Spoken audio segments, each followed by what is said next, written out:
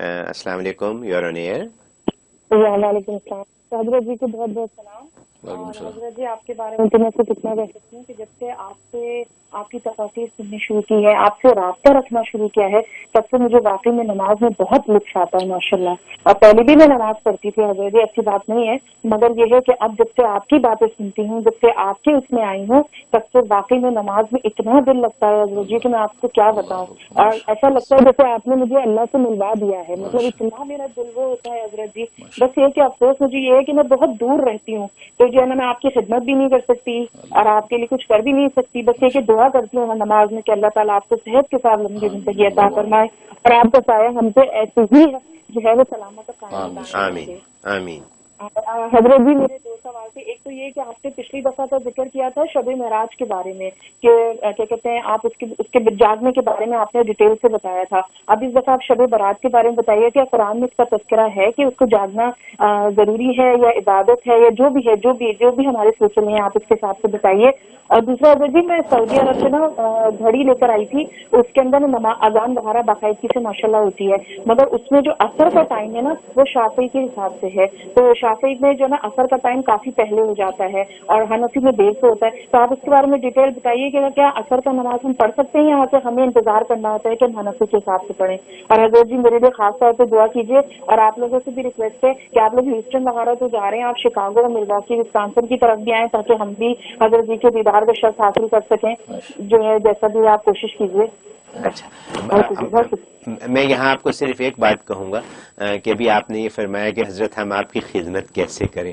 میں یہ کہوں گا کہ بجائے یہ کہنے کے آپ اسلام کی دین کی خدمت ضرور کریں اور وہ ایسے کہ ہمارا پروگرام اسپانسر کریں.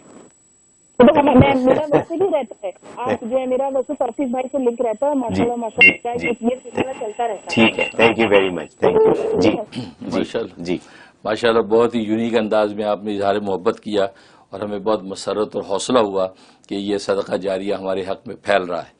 ماشاءاللہ آپ کو عبادت کا ذوق اور اللہ کے ساتھ تعلق، اور یہی ہمارا مطمع نظر ہے کہ اشاعت دین اس انداز سے ہو کہ لوگوں کے دل جو ہے اس کے پیدا کرنے والے کے ساتھ جڑ جائیں. باقی دنیا کے دھندے تو چلتے رہیں گے، یہ تو مٹی میں سب نے جانا ہے، لیکن مٹی میں سونا بن کے ہم جائیں تو سبحان اللہ سونے کے بھاؤ اللہ کے ہاں بکیں تو یہ بڑی بات ہے. تو آپ نے دل خوش کر دیا اور ہم جو ہے سب اہل ایمان کے لیے دعا کرتے ہیں اللہ سب کو ایسا ذوق عبادت عطا فرما دے. اور باقی آپ نے جو سوال کیا ہے کہ شب برات کے حوالے سے، یہ شب برات کے حوالے سے سوشل میڈیا پہ آپ دیکھتے ہوں گے بہت مغالطہ لوگ پھیلاتے ہیں اور کہ جس رات کی کوئی حقیقت نہیں ہے، اس رات میں یہ کرنا بدعت وہ بدعت. یہ اصل میں یہ کہا کرتا ہوں یہ نادان دوست ہیں، یہ نادان دوست ہیں کہ جو امت کو ان چیزوں سے محروم کرتے ہیں. شب معراج کی فضیلت اپنی جگہ، شب برات کی فضیلت اپنی جگہ، اور پھر شب قدر، کیونکہ یہ 3 مہینے جو ہے ایک اللہ کا مہینہ، ایک رسول کا مہینہ، ایک امت کا مہینہ، اور ان تینوں مہینوں کی فضیلت یہ رات کی وجہ سے ہے.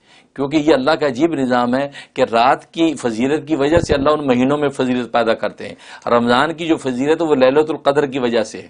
تو لیلۃ القدر کی شعبان کی جو فضیلت جس کو نبی نے اپنا مہینہ کیا وہ لیلۃ البرات یعنی شب برات کی وجہ سے ہے. اور جو رجب کا مہینہ جس کو اللہ نے اپنا مہینہ کہا اس میں اس کی فضیلت جو ہے وہ لیلۃ المعراج یعنی شب معراج کی وجہ سے ہے. تو ان 3 راتوں کی وجہ سے کم سینس ہے کہ رات کی وجہ سے اللہ نے مہینوں کو فضیلت دی ہے. لہذا شعبان کے مہینے میں جو شب برات ہے اس کی وجہ سے مہینے کی فضیلت ہے. اور اس رات کی فضیلت پر 1-2 نہیں 17 صحابہ کی روایات ہے. 17 ایک صحابی کی ایک کی روایت آ جائے تو بات ختم ہو جاتی ہے. یہاں تو 17 صحابہ ہیں اور پھر اس کے اندر صحیح حدیثیں بھی ہیں. چنانچہ وہ لوگ جو شب برات کی حقیقت سے انکار کرنے کی کوشش کرتے ہیں وہ ایک شخص ہے جس کو بہت بڑا امام مانتے ہیں اور وہ علامہ ناصر الدین البانی.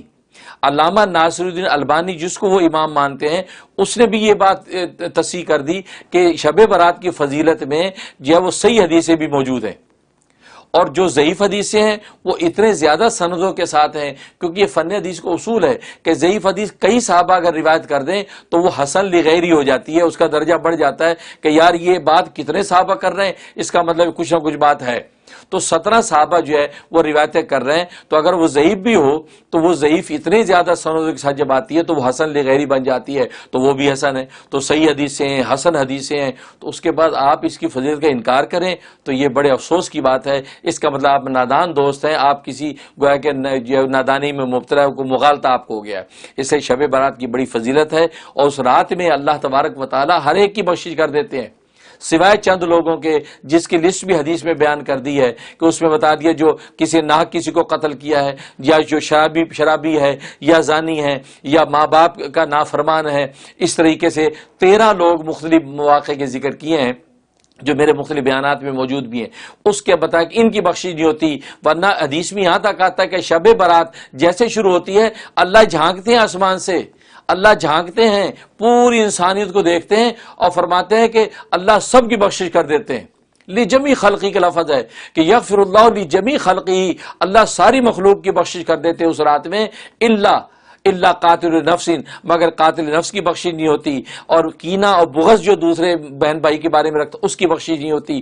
تو گویا کہ چند لوگوں کی آپ نے استثناء کیا, باقی فرمایا سب کی بخشش ہو گئی.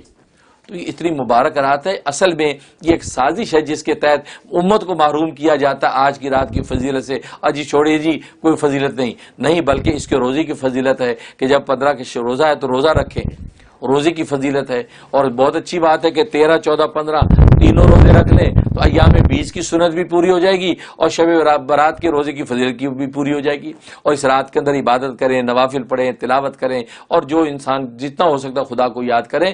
اس رات کے اندر اللہ تبارک و تعالیٰ کھلم کھلا بخشش کرتے ہیں. یہاں تک کہ بہت سی روایات ہیں کہ فرمایا کہ فلاں جو قبیلہ ہے اس کے جو مویشی ہیں ان مویشیوں کے اوپر جو اون اور بال ہیں ان بالوں کی مقدار پر اللہ تعالیٰ بخشش کرتے ہیں اس رات میں. اور اس رات کا اشارہ قرآن میں بھی اللہ تعالیٰ نے دیا اس کو لیلۃ مبارکہ فرمایا کہ برکت والی رات, لیلہ مبارکہ فرمایا. اور یہ اس سے مراد بعض مفسرین فرماتے ہیں اس سے مراد جو ہے وہ لیلۃ البرات یعنی شب برات ہے. اس سے لیلۃ القدر مراد نہیں, وہ کہتے ہیں اس سے لیلۃ البرات مراد ہے. لیلۃ القدر کے لیے دوسری آیات موجود ہیں, لیکن لیلہ مبارکہ جو ہے کا لفظ جو فرمایا یہ لیلۃ البرات کے بارے میں فرمایا ہے. یہ وصف اللہ نے لیلۃ القدر کے لیے کسی جگہ استعمال نہیں کیا, صرف شب برات کے لیے مبارکہ کا لفظ استعمال کیا. تو بعض محدثین امام قتادہ جیسے جو سارے مفسرین کے استاد امام ہیں ان کا یہ قول ہے کہ اس سے مراد جو ہے وہ لیلۃ البرات یعنی شب برات ہے. تو قرآن میں بھی اشارے موجود ہیں, احادیث تو میں نے بتایا 17 حدیثیں, پھر پوری امت کا اجماع آج تک اس کی فضیلتیں چلی آ رہی ہیں. اس لیے یہ ایک دھوکہ مغالطہ ہے, اس کا شکار نہیں ہونا چاہیے. لہذا اس رات کے اندر خوب اللہ سے, اور پھر اس کے اندر بڑی نکتے کی بات علماء کہتے ہیں اصل میں یہ رات یہ ریہلسل ہے لیلۃ القدر کی.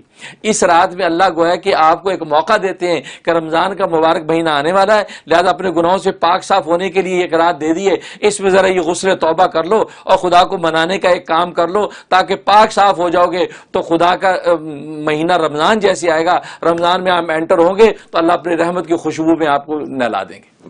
تو اس لیے بھی یہ رات بہت ضروری ہے, اس میں آپ عبادت کریں.